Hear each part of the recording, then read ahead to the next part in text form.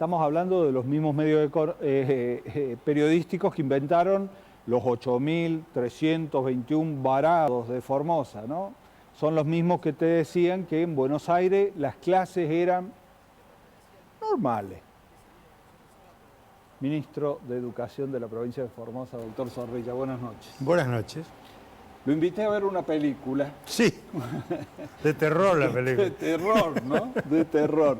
Ahora, en esta Pero con un buen final. Yo creo que sí.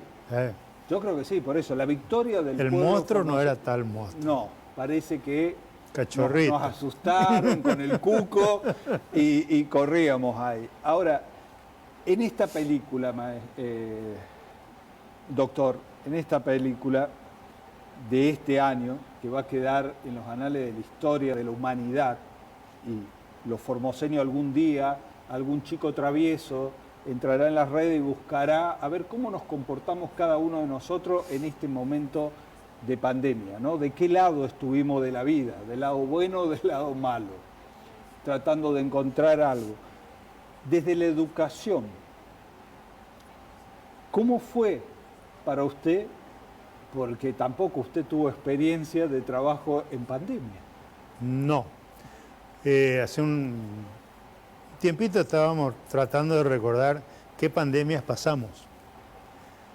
Y la más lejana en el tiempo que yo me acuerdo que causó miedo verdaderamente fue la parálisis infantil, la poliomielitis. La poliomielitis. Esa fue una pandemia que causó miedo. Estamos hablando de años 60, 50 claro, y pico. 60, claro. Sí. Yo, por ejemplo, no la vi. Yo soy 65, pero claro, no tengo memoria. Yo era de muy eso. pequeño y nuestras madres nos ponían alcanfor para ver si bloqueábamos la entrada del virus. Después, bueno, fueron las pestes de gripe, porcina y demás. Espere, no lo quiero dejar pasar. ¿Cómo dijo que le ponía? ¿Qué le ponían? Alcanfor. Bueno, hay algunos... Mire el camarógrafo, está pensando en el Bocanfor. Explíquele lo que es. Esa es otra historia también. Esa es otra historia, otra pandemia. Terminó también. Hemos vivido cada cosa, ¿no? Sí, pero esta verdaderamente causó estupor y miedo y, bueno, fantásticamente quebró la economía mundial y todo lo demás, ¿no? Y creo que en el único lugar donde verdaderamente se llevó firmemente las medidas que se habían diseñado fue Formosa. Por el tipo de conducción que tiene el doctor Infran, una conducción innegablemente exitosa y que la gente lo reconoce como tal, por eso acompaña y obedece, porque si no sería un desastre también. Sería lo que vemos en otras provincias. Claro. O lo que está pasando en Bucio, en Brasil. Están en 72 horas para que se vayan todos los turistas. A Paraguay ahora. A Paraguay, claro, está colapsando. Uruguay cerró frontera. Uruguay cerró. Bueno, son cosas que hay que hacerlas en este momento. Porque el virus viaja con la gente. Así es. No viaja sola. Entonces, sí cuando llegó el momento de decir, bueno, se cerró todo, cerremos todo para que no circule, que cerramos primero las escuelas, cerramos las aulas. Y ese fue un momento de estupor, donde no teníamos experiencia, entonces los empezamos a armar ahí rápidamente y los docentes actuaron rápidamente también, desordenadamente al principio, por temor a no sabíamos qué iba a pasar, cuánto iba a durar. Claro. Entonces se los llenó de tareas a los chicos y a los padres, los atosigamos los padres con tareas, por temor a no poder terminar el programa. Claro.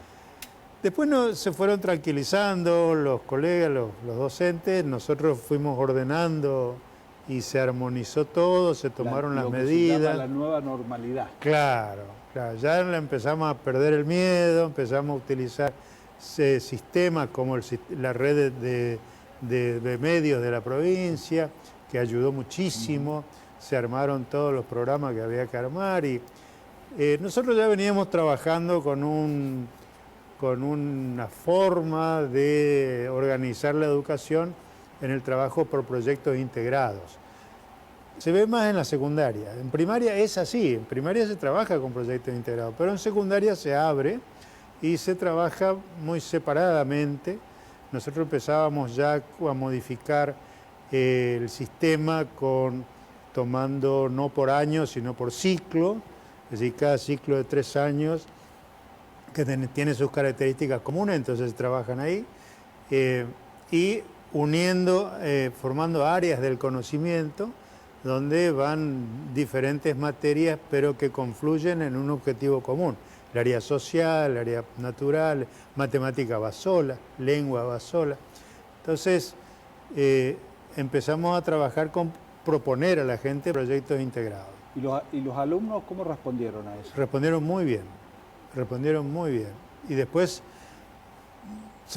Nación apoyó con los cuadernillos de Nación, sí, pero que no nos parecían muy pertinentes para nosotros porque tenían cosas que no eran nuestras. Y es lógico, un país tan variado, no podían hacer otra cosa. Las cosas generales estaban bien. Entonces el mismo gobernador nos dijo, ¿y nosotros no podemos hacer? Dijimos, sí podemos hacer. Bueno, hagan. Hicimos los cuadernillos de Formosa Estudia en Casa, por ciclo, primer ciclo de primaria, segundo ciclo de primaria, primer ciclo básico de secundaria. ¿Digital y en papel? Principalmente en papel, porque en digital cada escuela se conectaba con sus estudiantes, lo que podían conectarse, y trabajaban con eso. Pero después tomaron, también sacamos en PDF eso, y entonces mandaban también por internet el cuadernillo. El cuadernillo surgió un buen efecto porque trabajábamos sobre la realidad. Es decir, un criterio de nuestro sistema educativo es trabajar sobre lo que a uno le rodea. Es decir, aprender desde lo propio. Y después abrirnos, al revés de lo que era antes, que empezábamos por el universo y nunca llegábamos a Formosa. Sabíamos cualquier río menos el río que nos rodeaba. Yo era experto en Nilo. Claro. Sí, pero nunca me llevaron a ver el río cuando había inundación. Entonces, nunca. Porque no era así. Bueno, nosotros empezamos a recuperar eso, por indicaciones del gobernador. Al recuperar eso, una pregunta, porque usted se formó, estudió, pero al intentar recuperar esto, hoy contábamos a la gente que el canal Farías se llama no por un ingeniero, sino por un aborigen originario que sabía el que lo guió. El que lo guió, claro. Pero eso es aprender de lo nuestro, usar los conocimientos de nuestro pueblo. ¿Usted tuvo que desaprender muchas cosas? Muchísimas. Tuvimos uno de los problemas nuestros de ir modificando y acomodándonos a una educación que verdaderamente sea pertinente, que nos convenga, porque que nos interese. Tener un aula viva, no un aula insulsa como la que te plantean los manuales. Todos nosotros tuvimos. Sí, aburridísimo. Sí, creativa. Que uno se pregunte, interrogadora, ¿no? Y que le dé también sentido de pertenencia. Claro. Pensar en Formosa, pensar en su realidad. Cuando estudiamos historia, estudiamos la historia de Formosa y por qué estamos hoy acá en esta, qué pasó antes, cómo llegamos acá. Al revés de la vieja manera de enseñar historia, es empezar por la prehistoria y después recién llegar hasta acá. Nosotros en forma integrada vamos a la prehistoria. Entonces comprendemos lo que sucedió y por qué somos lo que somos, ¿no? Todavía falta apuntalar bastante matemática, que todavía la matemática... Pero usted me está hablando en general, ahora en pandemia, o termina el ciclo ahora. ¿Cómo fue el resultado del primer año en pandemia? Fue bastante bueno. Sí, estamos juntando todavía materiales, porque ayer terminaron las clases, están cargando las evaluaciones, pero más o menos tenemos algunas cifras un 45% más o menos de los estudiantes secundarios tuvieron un contacto fluido con su escuela, tanto por vía internet como por vía cuadernillo u otros medios. Un 25, 30, 35%, un contacto mediano, más laxo, y un 15 y un 10 de nulo a muy poquito, muy escaso. Si uno mira las cifras, Sí. En tiempo prepandémico, uno ve que el 45% de los estudiantes de secundaria terminan en diciembre. Sí.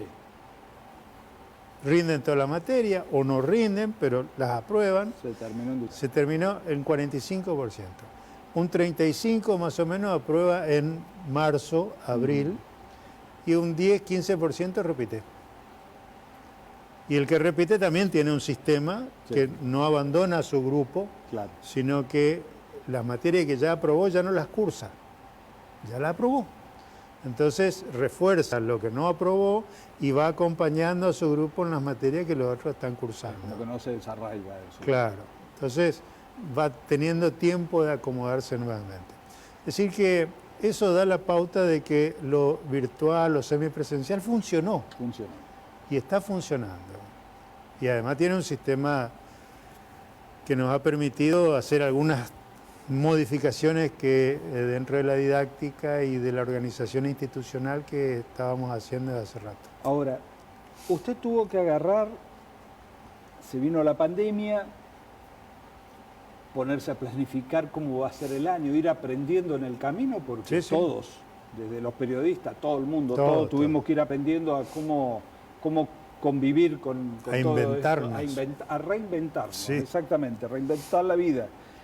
Y yo contaba hace un rato en el programa pasado, recorrimos 11 países, y de los principales del Medio Oriente, países como Irán, Israel, Palestina, Rusia, de donde viene una de las vacunas, y no encontramos un lugar, un ejemplo, alguien que nos diga, tenemos un lugar como ustedes, como Formosa.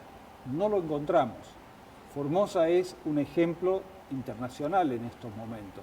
Les guste o no a los muchachos que hicieron la película de Los Varados, pero es el ejemplo. Ahora, llegar a esta situación al día de hoy, no sé mañana, porque esto es imprevisible, pero al día de hoy, sin el contagio comunitario, ha llevado a un esfuerzo muy grande por parte de ustedes. Con una historia atrás. Con una historia atrás. Nosotros llevamos 25 años de estar desarrollando el modelo formoseño. Y el modelo formoseño desarrolló instrumentos de cuidado. ¿Esa es la clave? Yo creo que es una de las respuestas. Desarrolló varios instrumentos. El sistema de salud tiene 25 años de desarrollo. Así es. El sistema de seguridad también. El sistema productivo también. El paipero tiene 25 años de desarrollo. Nos encontró con una comunidad organizada. Y una comunidad que se organiza cuando lo necesita. Es decir, tiene la tendencia, es muy solidario, el formoseño es muy solidario. Fíjate que no hay grandes diferencias, acá en Formosa no hay grandes fortunas, al menos no se notan. Sí, sí. ¿No? Y la gente más humilde está contenida. Y hay un sistema de contención social también muy eficiente, 25 años de desarrollo también. Entonces, esa historia es quizá la que le falta a los otros lugares. Claro. ¿No? Y con una conducción coherente. Eso le iba a decir, un liderazgo. Un liderazgo que fue creciendo junto con el modelo. Con el modelo, exacto. ¿Sí? Entonces, tenemos un poco de experiencia y hemos pasado adversidades. Ahora, esta adversidad eso es lo que le iba a decir. No es la misma que la de 1996, cuando asumió el doctor Infran. Sí. Debíamos 3 meses de sueldo, medio aguinaldo, no teníamos un peso, no teníamos plata para nafta para las ambulancias. Andábamos mendigando oxígeno y medicamentos. Y se heredó una deuda. Y toda la obra pública parada. Una deuda de 500 millones de dólares. Era un presupuesto y medio, eso era grave.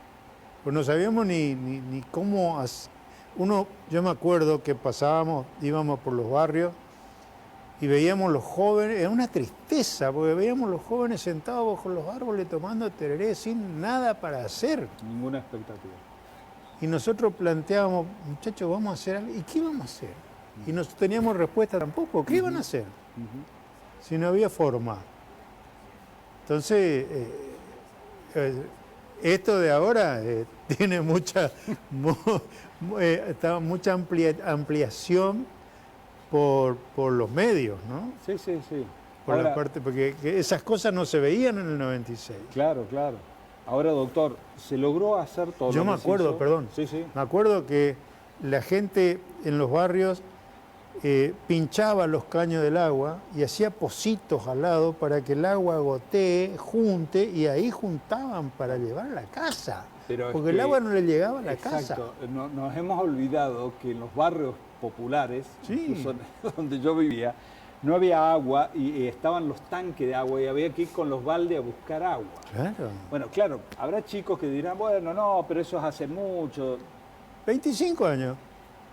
En la historia de un pueblo no es mucho. Nada. No es Y nada. estamos los testigos vivientes. Claro, claro. Doctor, usted quedará como el ministro de Educación de la pandemia. Desgraciadamente sí. Cuando vayamos, futuras generaciones busquen la historia de cómo fue esto de la pandemia, así como buscamos nosotros lo de la fiebre amarilla, ¿no? Claro. Buscamos para ver un antecedente y buscamos y encontramos protagonistas. Cuando, Ahí aparece Finlay.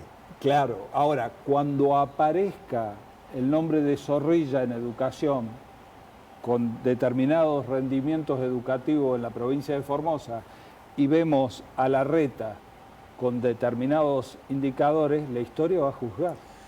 Iba a ser diferente también el relato, porque Zorrilla es uno más de un equipo que trabaja en conjunto y trabaja con una orientación política determinada y marcada por el gobernador. Es decir, somos uno más de los formoseños que estamos en esa función. Sí. Zorrilla el mascarón de proa, nada más. Atrás hay gente que me sostiene y que hace las cosas maravillosamente bien. Doctor, le agradezco que haya venido a mi último ciclo del programa, que haya estado aquí. Es un honor que esté aquí en mi programa. Esto va a quedar colgado, va a ser historia, estamos haciendo historia en estos momentos, lamentablemente con una pandemia, pero también demostrando lo exitoso de un modelo político. Claro. Y después se van a medir, esto se va a medir. Se va a medir. Se va a medir. Y usted ha sido protagonista de esto, como todos. Como de todos. alguna forma Todos lo fuimos. Tenemos protagonismo de esto. Sí, sí, sí. Algunos tuvieron un protagonismo para tratar de romper esto y otros de sostener esto. Le agradezco que haya sido nuestro ministro en pandemia. Le pasa la manita. Esto, ¿ves lo que no es traer, lo que es no traer invitados en piso? Ya yo me quedé en la vieja normalidad. Namaste. Ahí sí, Namaste. ahí.